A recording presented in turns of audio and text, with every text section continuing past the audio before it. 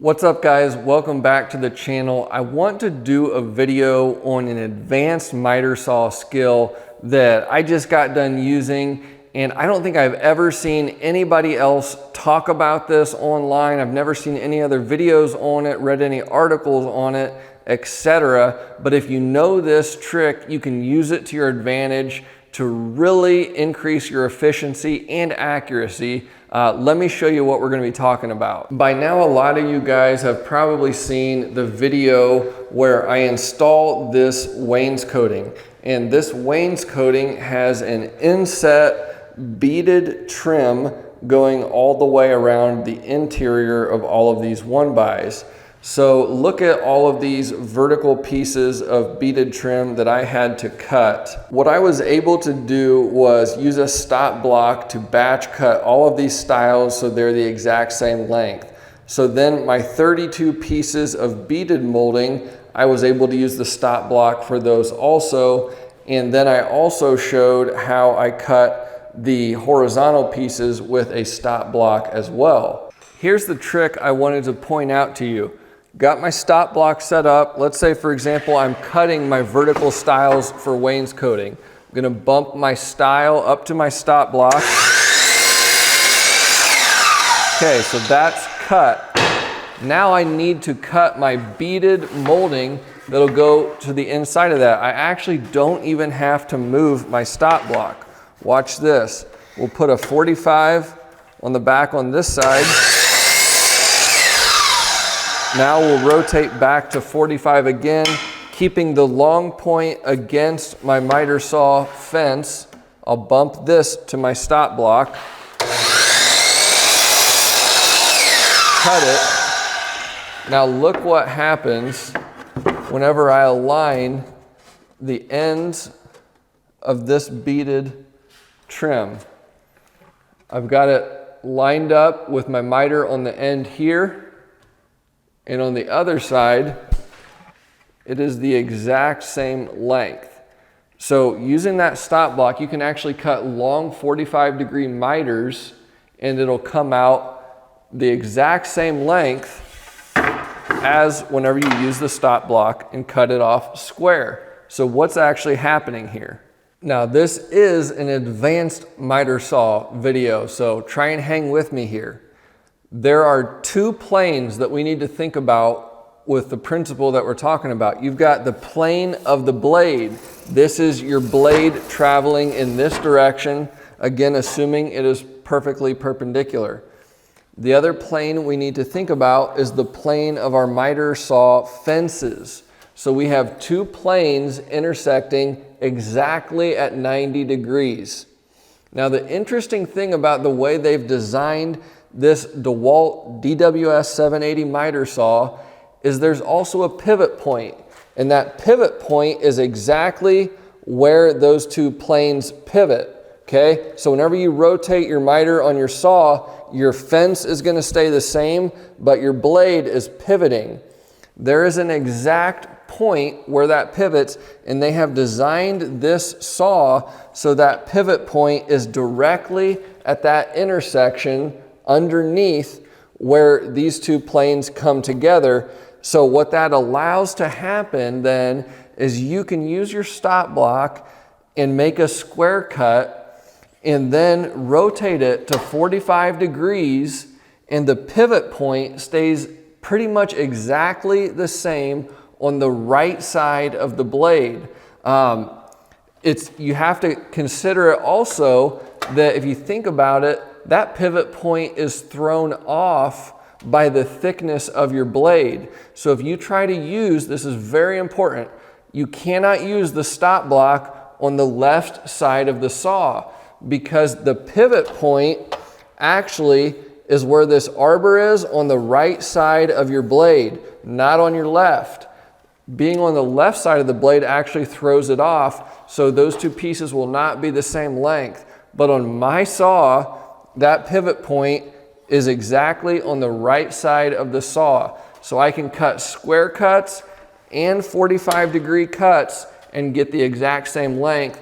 And if you understand that, it's a huge time saver and money maker whenever you are doing something like a beaded molding on the inside of wainscoting. And again here, just to kind of give you another visual, I put 2 pencil lines here.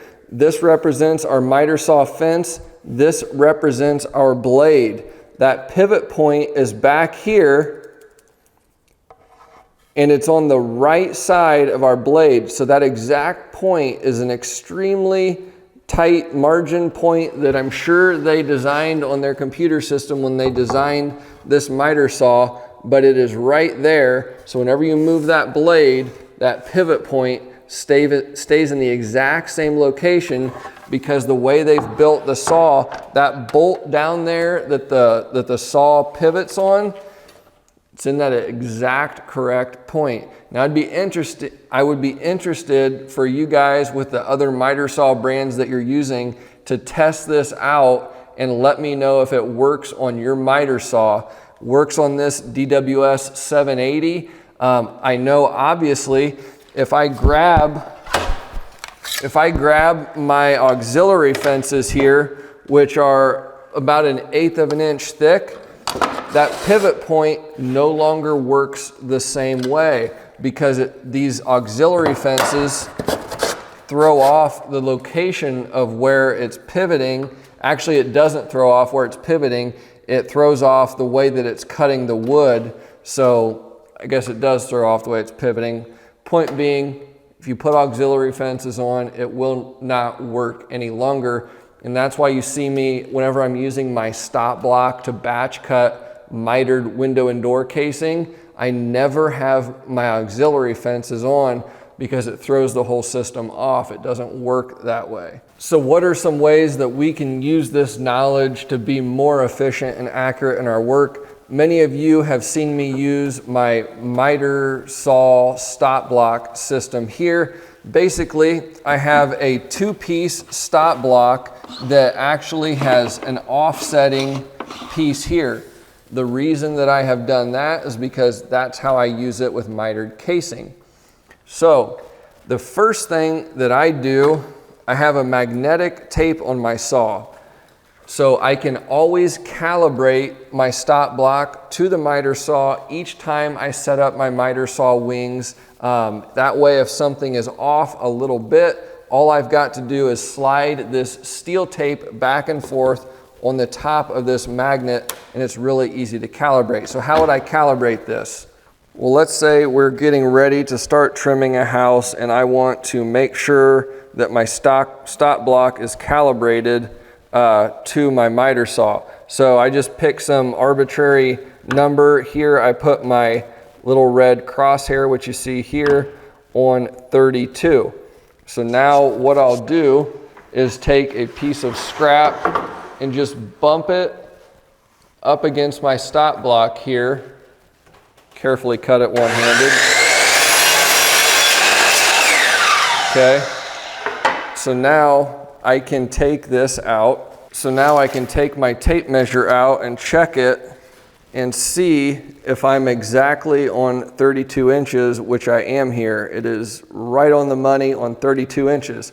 Now let's say, for example, that this piece came out at 32 1/8 instead of 32. That would mean I need to recalibrate my tape to my stop block. So I would just pull up my magnetic tape and I would pull it over 1/8 of an inch until my red crosshair was right on 32 1/8. So then this point of my stop block, the face on the top portion, would be calibrated to the edge of my saw blade. So now why have a 2-tiered stop block? Well, whenever you're cutting mitered casing, you always measure from the inside point of your miter. So in order for my tape measure here to remain calibrated with the saw, I need to offset this bottom stop block double the thickness of my mitered casing. So here I have 3.5 inch casing. So what I would simply do is, I've even got a little tape measure on here. Look at the 7 there. I align this back edge of my stop block with the 7 inch right there. So now with my stop block offset 7 inches, I'll just lift it up a hair. Let me go ahead and cut a 45 on this end. Now again, the stop block is still set at 32 inches where I've left it this entire time, and we'll butt the long point up to the lower tier of my stop block, which is offset 7 inches. We'll turn the miter saw back the other way. Okay, so now we've cut that miter. Now the beautiful thing is the inside to inside dimension is going to be 32 inches. So I'll just line up the inside of my miter here. Inside of my miter is lined up with that inside edge of my crown stop. I'm going to hook my tape on there, and we will pull it over here and look at our measurement. Exactly 32, inside to inside. So that is what this offset stop block does. Allows you to use your gauge block here, put it right on the 32 where you want it, and you can use your inside to inside measurements to cut mitered casing for windows and doors. But wait, there's more uses whenever we use this principle. What if I want it to be 32 inches from the outside of my miter to the outside of my miter? Well, I'll just bump my stop block all the way down, so now I'm using the front edge of the stop block. I've already got a 45-degree cut here, so we'll push this over, bump the front edge of that miter up against the stop block.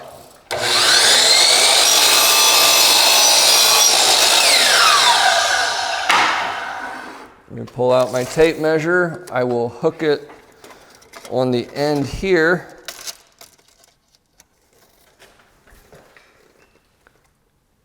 As you can see, we're at 32 inches again.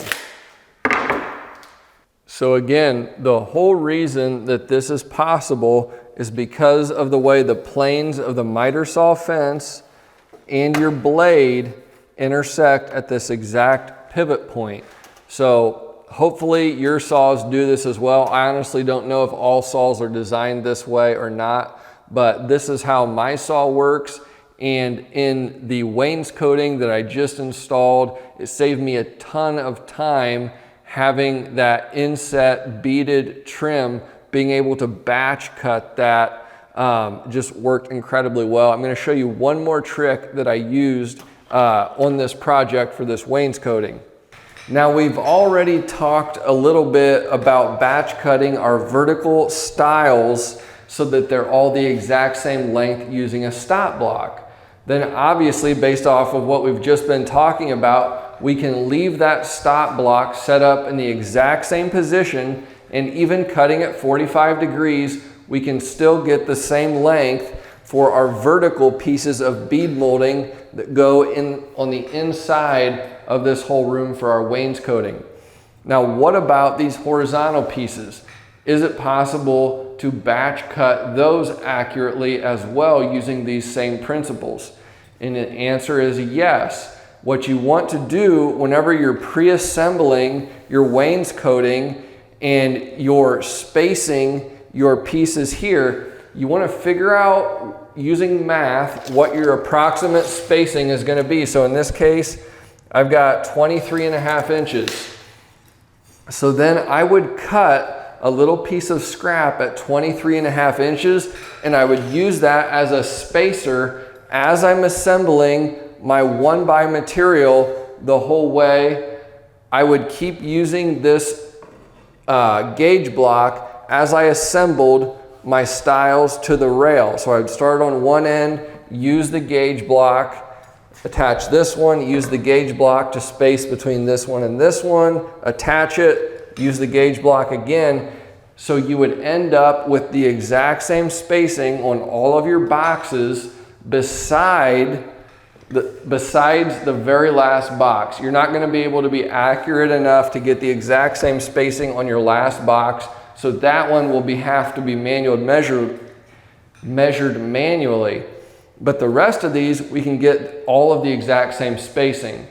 So there's a trick that you can use again with your stop block so that you can go right into cutting these horizontal pieces of beaded molding as well. And all you need is this scrap piece of wood that you used as a spacer. Let me show you how that works. We're gonna use the same principles that I was talking about before. Remember the pivot point that is right here at the center of your miter saw along the back of this fence.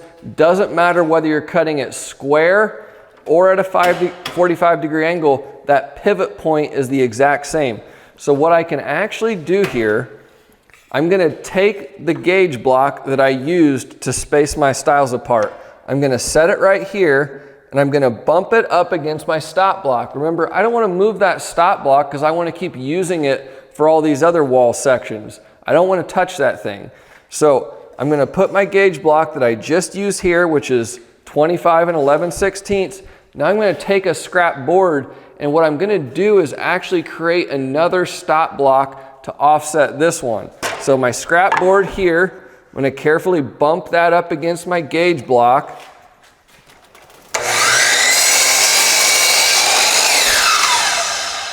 Okay, we've cut that off square. Now we're gonna switch this around. And I'm gonna take this offcut now, push that up against my stop block carefully. Now watch what happens. Let's cut another piece of bead molding.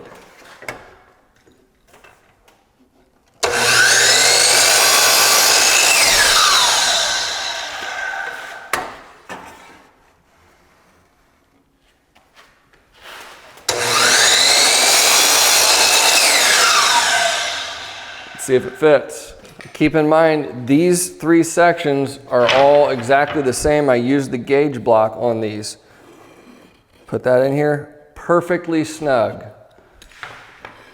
Rock it in here, perfectly snug again. No measuring, didn't get out my tape measure one time, and now I can batch cut all of these pieces just by using this stop block system and thinking ahead. It really increases your productivity. So as you can see, guys, this is an amazing trick. It will save you so much time on a job like this where you've got a bunch of small pieces of trim to install. It's accurate. It's given me great results here, and I really wanted to share it. It's why I wanted to do a dedicated video on this principle to really convey how if you understand the way the planes of your miter saw work and where the pivot point is, you can use that to your advantage in how you use your saw. So I hope this all makes sense. Let me know in the video comments what you think. Did you know this or didn't you know this?